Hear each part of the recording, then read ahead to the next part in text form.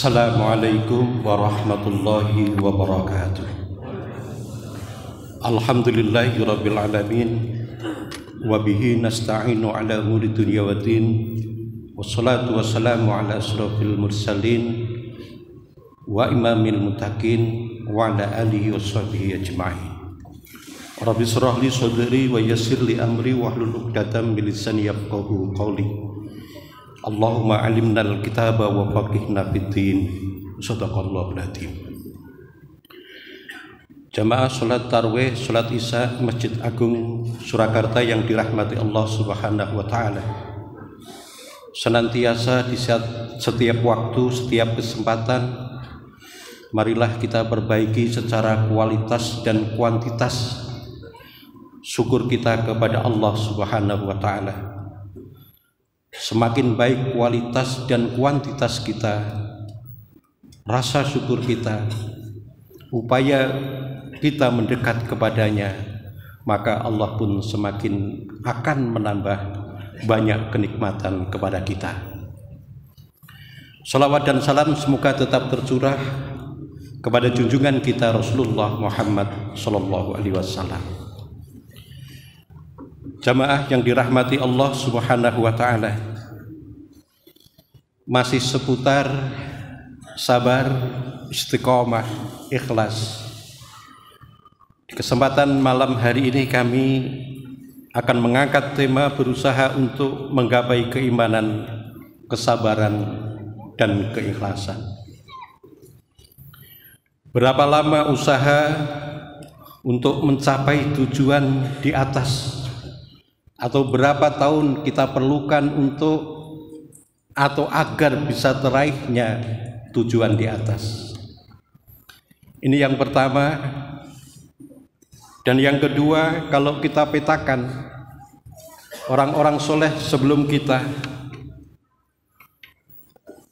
yang pertama, sejak kecil memang telah dipersiapkan oleh orang tua mereka, oleh orang-orang terdekat mereka. Dicarikan ulama-ulama yang terkenal pada masanya atau dibimbingnya sendiri, sehingga ketika menginjak usia remaja, usia dewasa,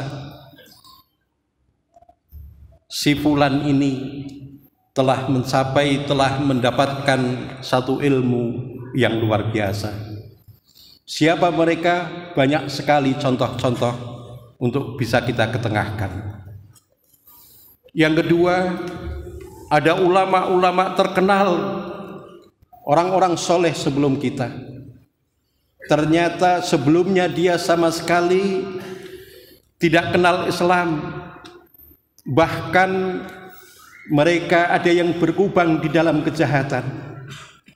Namun ketika Allah memberikan hidayah kepada mereka sebagai titik balik bagi mereka, kemudian hijrah secara total sehingga akhirnya menjadi seorang ulama yang sangat terkenal. Siapa mereka? Mereka pun juga sangat banyak untuk bisa kita contohkan. Salah satu contoh yang ingin saya angkat atau saya angkat di kesempatan malam hari ini adalah ada seorang ulama besar yang hidup sezaman Imam Malik, Sufyan bin Uyainah, Abdullah bin Mubarak.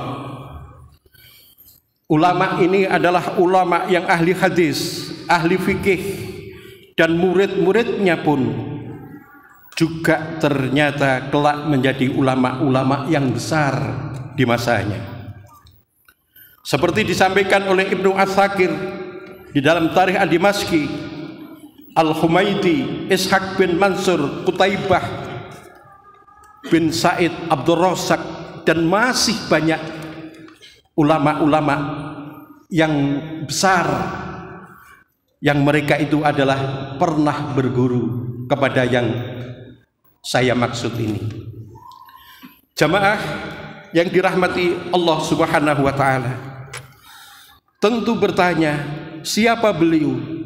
Beliau tidak lain adalah Fudail bin Iyad. perjalanan hidup beliau sebelum menjadi seorang ulama besar, seperti yang disampaikan oleh Imam Fadl bin Iyad, atau seperti yang pernah disampaikan oleh salah seorang ulama. Ternyata Imam Fudail bin Iyad dulunya itu pernah menjadi seorang penyamun, perampok yang cukup ditakuti di daerah Abu Wardah dan Asirdis. Beliau pernah terpikat oleh seorang wanita, kemudian beliau panjat tembok untuk melihat lebih jelas wanita yang ia maksud. Maka di saat tengah memanjat itu, beliau mendengar sayup-sayup seseorang membacakan salah satu ayat. A'udzubillahi minasyaitonirrajim. Bismillahirrahmanirrahim. Alam ya'ni lilladzina amanu an takhsha'a qulubuhum li dzikrillah.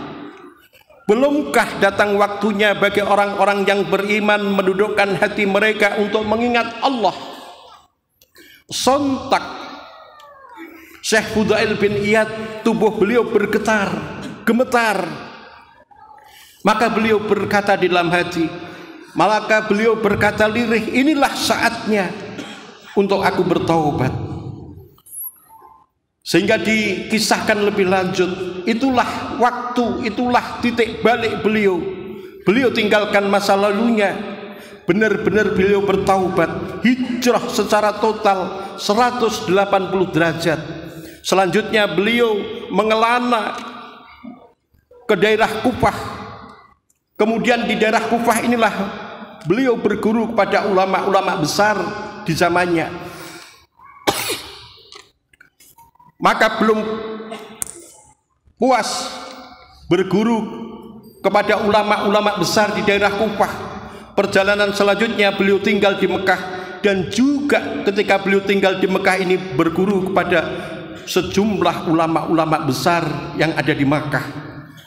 Ketekunannya, tekad yang kuat, kesabarannya akhirnya menjadi ulama besar, ahli fikih, hadis, ulumul Islam lainnya.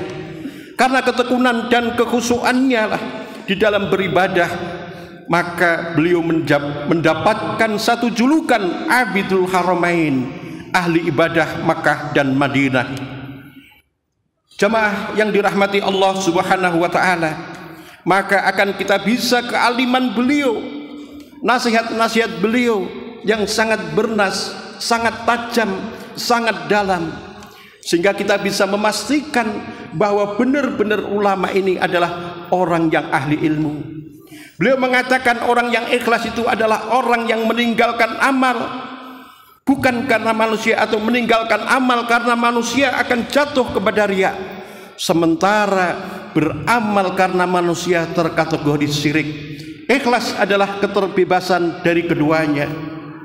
Maka belum cukup nasihat beliau, nasihat yang lain, belum memiliki rasa sabar dalam menghadapi ujian hidup, manakala ia masih menceritakan ujian-ujian atau kepahitan hidup itu dia ceritakan kepada siapapun, dia ceritakan kepada banyak orang, dan belum memiliki merasakan manisnya iman, kecuali menganggap musibah sebagai nikmat dan nikmat sebagai musibah.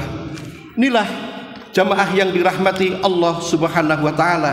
Artinya untuk mendapatkan derajat yang seperti itu bukan 1 tahun, 2 tahun, tetapi adalah sepanjang hayat.